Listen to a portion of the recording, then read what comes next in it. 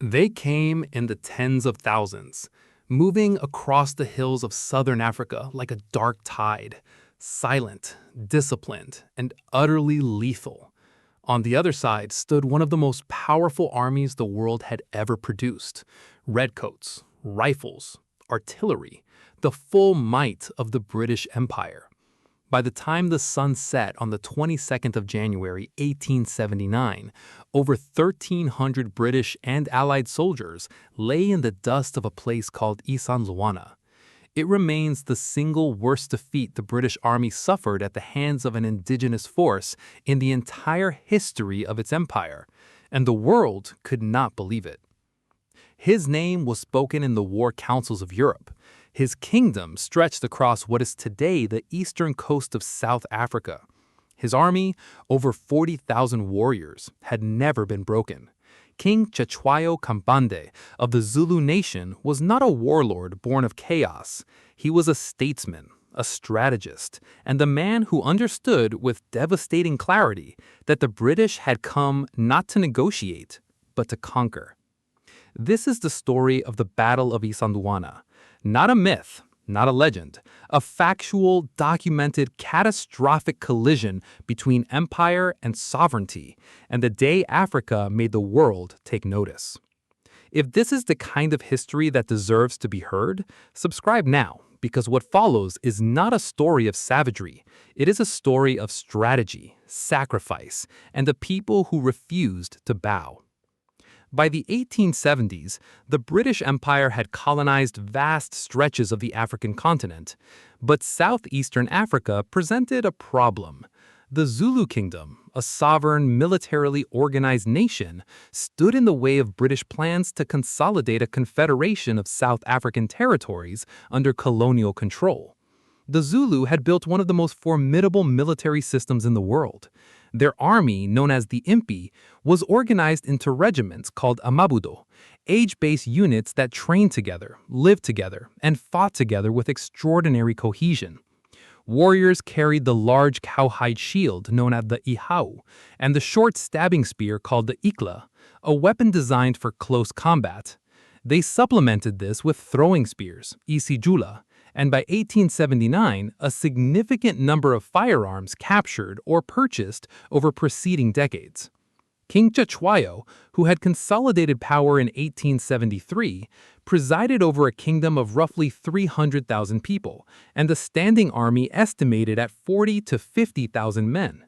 He was no stranger to diplomacy. He had, in fact, sought peaceful coexistence with British Natal for years.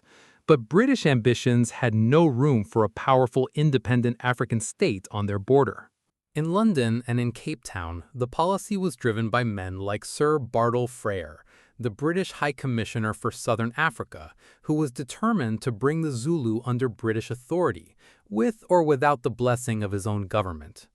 The Colonial Office in London had explicitly told Frere to avoid war. Frere ignored them. In December 1878, Frere delivered an ultimatum to the Zulu kingdom that was designed to be refused.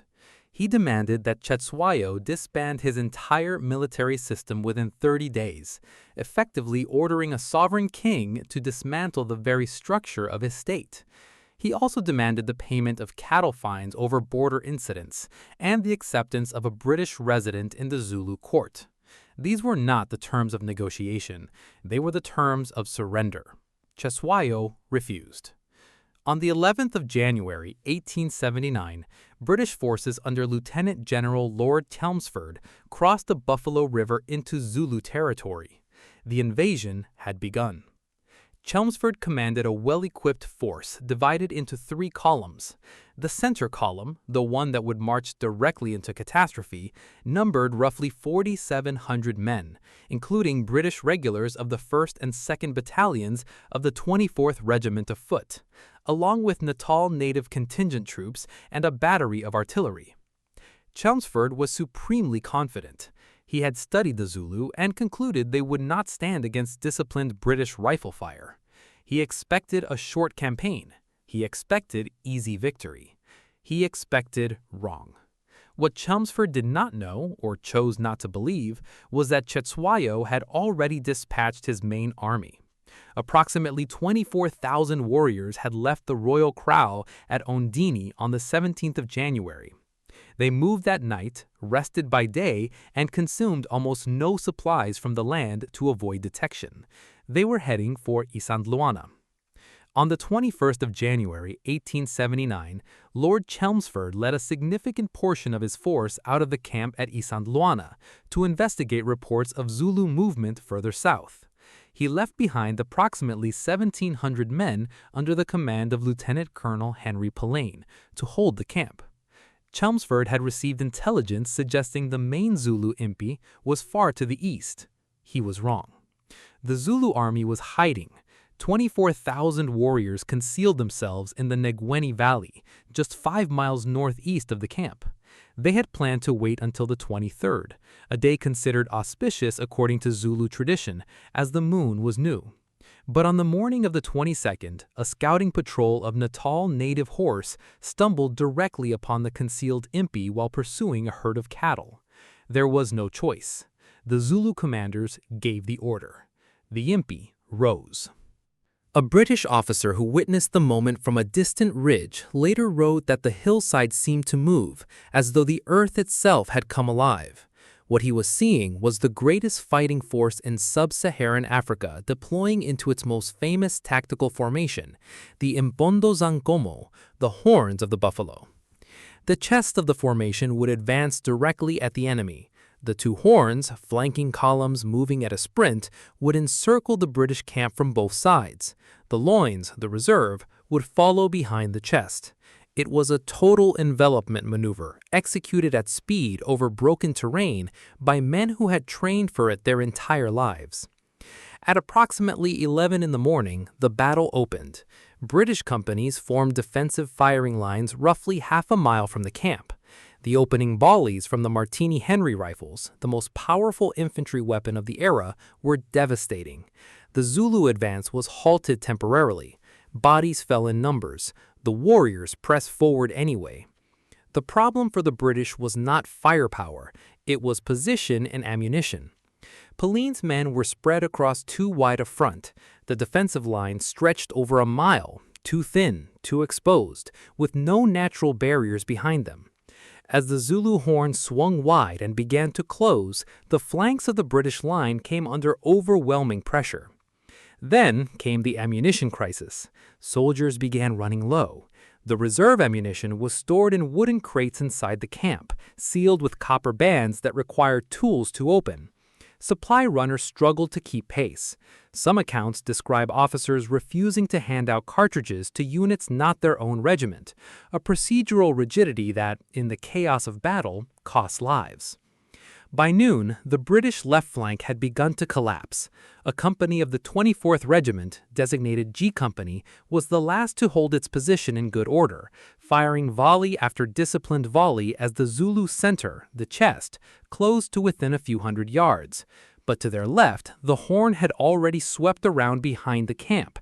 The encirclement was complete. What followed was not a battle. It was an annihilation.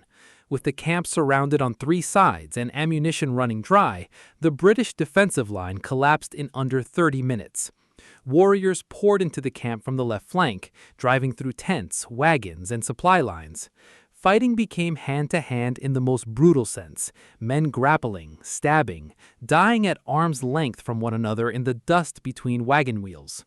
The soldiers of the 24th Regiment, many of them Welsh, recruited from the valleys of Breconshire, stood and fought to the last round. Small groups formed back-to-back defensive clusters. They were overwhelmed one by one. There was no retreat possible. The Zulu horns had sealed every exit to the south and east. Those who ran were cut down on the slopes of the Nukutu Plateau or at the crossing of the Musinyati River, a stretch of water that would be renamed Fugitives' Drift for the bodies that filled it. Of approximately 1,700 men left to defend the camp, 1,339 were killed. This included 52 officers and over 800 British regular soldiers. the largest single-day loss of British regulars in the entire Victorian era. The Zulu losses were also severe. Estimates range between 1,000 and 3,000 warriors killed, with many more wounded. No precise figure was ever recorded. The battle lasted approximately 2 hours. 2 hours to destroy one of the finest infantry forces in the world. When news reached London on the 11th of February 1879, the reaction was one of national shock. Queen Victoria wrote in her diary that it was a dreadful disaster. Prime Minister Benjamin Disraeli called it the most terrible catastrophe that had occurred in his memory. Parliament erupted. The press could not contain its disbelief. The Times of London, which had expected to be reporting on a swift and successful colonial campaign, instead ran columns of names, officers and men confirmed dead. Letters from soldiers who had survived by luck or distance began to arrive. Families across England and Wales received the worst news of their lives. But beneath the grief, there was something else, something the British establishment struggled to process. The Zulu had not simply resisted, they had won, decisively. They had outmaneuvered a modern army, executed a complex tactical envelopment, and destroyed an entire regiment in the field. This was not supposed to be possible, not in 1879, not against the British Empire. The immediate military response was enormous. Reinforcements, over 10,000 additional troops were rushed to South Africa. Chelmsford, humiliated and desperate to restore his reputation before a relief commander could arrive, launched a second campaign. He would eventually defeat the Zulu at the Battle of Ulundi in July 1879. The Zulu kingdom was subsequently dismembered, its territory divided into 13 chieftainships under British supervision. Cetshwayo was captured and sent into exile, but the truth of what had happened at Isandlwana could not be erased from the record. In the decades that followed, the British Empire worked systematically to reframe what had happened. The defeat was blamed on logistics, on ammunition, on the stubbornness of individual officers, on everything except the most obvious explanation, that the Zulu army, under its commanders Nshingwayo Kamahole and Mavumengwana Kandlela, had executed a near-perfect military operation against a prepared and armed European force. The soldiers who died at Isandlwana received the Queen's South Africa Medal posthumously. 11 Victoria Crosses were awarded, not for Isandlwana, but for the defense of Rorke's Drift, a mission station where 150 British soldiers repelled a follow-up Zulu attack the same evening. Rorke's Drift became the story Britain chose to tell. Isandlwana, the massacre, the defeat, the humiliation, was acknowledged quietly and then allowed to fade. Zulu military genius was not recognized in British official histories for generations. The Impondo Zankomo, one of the most effective battlefield formations ever recorded on African soil, was described in colonial accounts as a rush, a mob, a tide of men, anything to deny it the word it deserved: strategy. It was not until the late 20th century that serious historical scholarship began to restore the full picture. South African historians, Zulu oral historians, and military scholars from across the world re-examined the records and arrived at the same conclusion. Isandlwana was not a lucky ambush. It was a masterpiece of military planning executed by a highly disciplined, courageous, and strategically sophisticated force. Today, the hill of Isandlwana still stands in what is now KwaZulu-Natal province of South Africa. White cairns mark the positions where British soldiers fell. The battlefield is a heritage site, visited by historians, soldiers, and descendants from both sides of that day. The Zulu nation survived. Though the kingdom was dismantled and later absorbed into the Union of South Africa, Zulu identity, culture, and pride endured. Cetshwayo was eventually returned to a portion of his territory in 1883, though he died less than a year later under disputed circumstances. His son and grandson continued the royal line that persists to this day.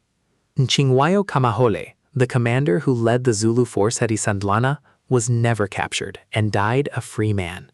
His name is remembered by the Zulu people as one of the greatest battlefield commanders their nation produced. The 24th Regiment of Foot, later redesignated the South Wales Borderers and today part of the Royal Welsh, carries the memory of Isandlwana and its regimental history. The battle is listed among the most studied engagements in British military doctrine, examined not for what the British did right, but for everything they did wrong. Isandlwana is taught at military academies. It is studied by tacticians, and it stands 146 years later as permanent proof that courage, discipline, and strategy are not the exclusive properties of any empire, any race, or any nation. The men who died on both sides of that valley were human beings, sons, fathers, brothers. What they did on the 22nd of January, 1879 was extraordinary, and it is the responsibility of history to say so without apology. The Zulu warriors who rose from the Nwebeni Valley on that January morning did not fight for glory. They fought because their king had asked them to defend their land, their families, and their sovereignty. They fought and they won against everything the Victorian world believed was possible. That story was buried for over a century. It does not deserve to stay buried. If this video reminded you that history belongs to everyone, share it. Subscribe for more untold stories that the history books left behind, and drop a comment below. Which African battle should the world know next? Because these men fought so that their names would last. The least we can do is say them.